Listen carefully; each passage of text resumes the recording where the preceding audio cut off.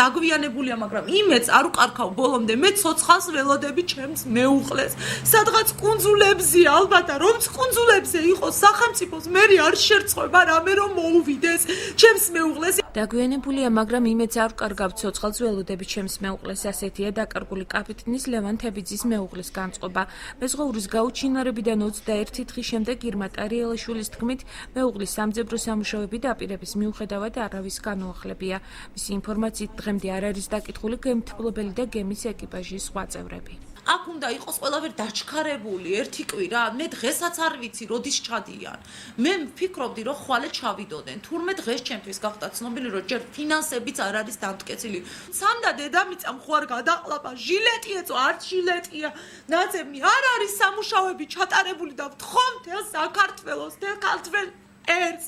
გვერდში დამიდგით ყველამ დამეხმარეთ, არ ვიცი რა ვთქვა.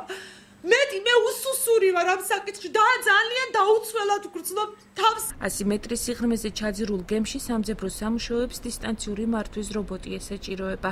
შესაბამისი აღჭურვილობის მქონე კომპანიას ქართული მხარე უკვე დაუკავშირდა, აცხადებენ საზღვაო ტრანსპორტის სააგენტოში. სააგენტოს დირექტორის პირველმა მოადგილემ ჩვენთან სატელეფონო საუბარში განაცხადა, რომ კომპანიასთან მიმდინარეობს მოლაპარაკება, რის შემდეგაც თანხების მოძიებაზე საქართველოს ეკონომიკის სამინისტრომ უნდა ისრუნოს. ფინანსური ინფორმაციით ეს ოპერაციები მსხვილ ხარჯებთან არის დაკავშირებული და ჯერჯერობით ზუსტება თუ რამდენი დღე იქნება საკმარისი ოპერაციის დასასრულებლად.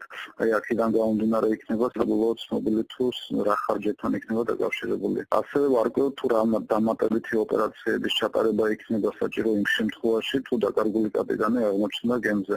მინდა გახსოვოთ, რომ ეკონომიკისა და მდგრადი განვითარების მინისტრი პირადად არის დაინტერესებული ამ საკითხით და მას აქვს პირადად სურვილი, რომ ეს ოპერაცია ჩატარდეს.